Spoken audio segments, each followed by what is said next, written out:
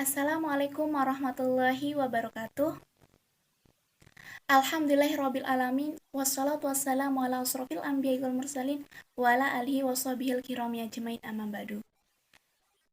Marilah kita panjatkan puji syukur kita kehadirat Allah Subhanahu wa taala yang telah memberikan kita berbagai macam nikmat, terutama nikmat kesehatan sehingga kita dapat bisa melihat pagi hari yang begitu cerah ini. Salawat serta salam tak lupa pula kita aturkan kepada junjungan alam Nabi besar kita Nabi Muhammad Sallallahu Alaihi Wasallam yang telah membawa kita semua dari alam jahiliyah menuju alam yang Islamiyah. Perkenalkan, nama saya Mulkiah, NIM 220301001. Prodi Akuntansi Syariah, Fakultas Ekonomi dan Bisnis Islam. Dosen pembimbing Saiful Gani, MPD. Saya menempuh pendidikan di Institut El-Qatari. Saya di sini akan mempresentasikan makalah saya yang berjudul Islam Normatif dan Historis. Materi pertama adalah Islam normatif. Kita sudah tahu, Islam normatif itu berasal dari kata norm.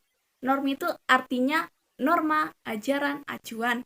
Lebih lengkapnya, Islam normatif adalah Islam yang berpegang teguh dengan norma dan prinsip yang telah ditetapkan dan terdapat pada Al-Quran dan hadis. Islam normatif itu mempunyai 5 kajian. Yang pertama, teologi. Teologi itu adalah ilmu yang mengkaji tentang ketuhanan. Yang kedua, tafsir.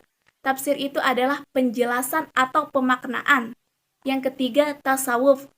Tasawuf itu adalah pendekatan diri kita kepada Tuhan.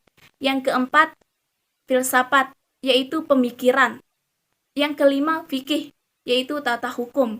Islam normatif ini sering disebut dengan Islam yang seharusnya. Materi kedua adalah Islam historis, yang dimana kata historis ini sudah familiar di kehidupan kita. Historis itu adalah sejarah. Lengkapnya, Islam historis itu adalah Islam yang dianut dan yang dipraktekkan kaum muslim di seluruh dunia dari masa Rasulullah Shallallahu Alaihi Wasallam sampai saat ini. Islam historis itu mempunyai 3 kajian. Yang pertama itu adalah antropologi. Antropologi adalah pemahaman tingkah laku manusia beragama yang berhubungan dengan kebudayaan. Antropologi ini seperti ibadah, bisa zikir, berzanzi, dan lain sebagainya. Yang kedua, sosiologi. Sosiologi ini adalah pemahaman sistem relasi manusia yang berhubungan dengan agama, nilai sosial. Sosiologi ini juga bisa lebih mengarahkan kehidupan sosial kita, bagaimana cara kita bersosial. Terus yang ketiga, psikologi, yaitu pemahaman aspek-aspek kejiwaan manusia yang berhubungan dengan agama, yang dimana psikologi ini menyangkut dengan sikap dan perilaku kita terhadap agama di kehidupan sehari-hari.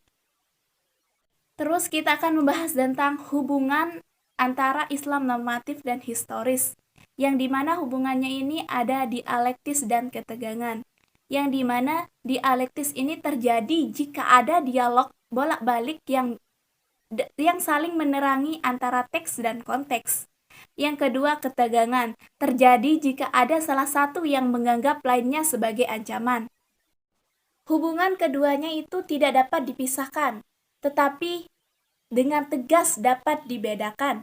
Menurut ijtihad Amin Abdullah, Islam normatif dan historis hubungannya itu bisa dikatakan sebagai koin. Bisa dibedakan antara permukaan 1 dan permukaan 2, tetapi tidak dapat dipisahkan.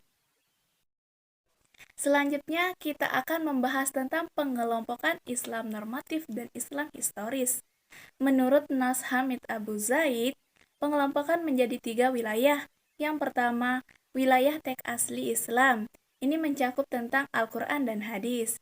Yang kedua, pemikiran Islam, yaitu ragam penafsiran terhadap teks asli, yang mencakup hukum fikih, teologi, filsafat, tasawuf. Yang ketiga, praktek yang dilakukan kaum muslim mencangkup perbedaan wilayah tentang cara-cara beribadah. Baiklah, kita ada di akhir video dan saya akan menyimpulkan apa yang saya presentasikan dari awal sampai akhir.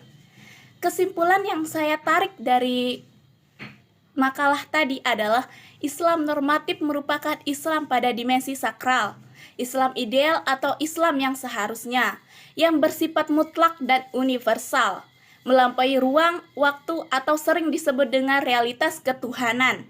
Sedangkan Islam historis merupakan Islam yang tidak biasa, yang tidak bisa dilepaskan dari kesejarahan dan kehidupan manusia yang berada dalam ruang dan waktu. Islam senyatanya yang terangkai oleh konteks kehidupan pemeluknya dan berada di bawah realitas ketuhanan. Hubungan di antara keduanya itu merupakan dialektis maupun ketegangan. Perlu dikiranya dikaji dan ditelaah ulang secara krisis, analitis, akademis, dan sekaligus dialektis sesuai dengan kaidah keilmuan historis pada umumnya. Dengan demikian hubungan antara keduanya bersifat hidup, segar, terbuka, open-ended, dan dinamis. Sekian materi yang dapat saya sampaikan terkait dengan makalah saya. Apabila ada kata-kata yang kurang jelas atau salah, mohon dimaafkan. Subhanallah wa bihamdika asyhadu an la ilaha illa anta astaghfiruka wa atubu ilaik. Maha suci Allah, dengan segala puji bagimu, aku bersaksi bahwa tiada Tuhan melainkan Engkau, dan aku mohon ampun dan taubat kepadamu. Wabillahi taufiq wal hidayah. Assalamualaikum warahmatullahi wabarakatuh.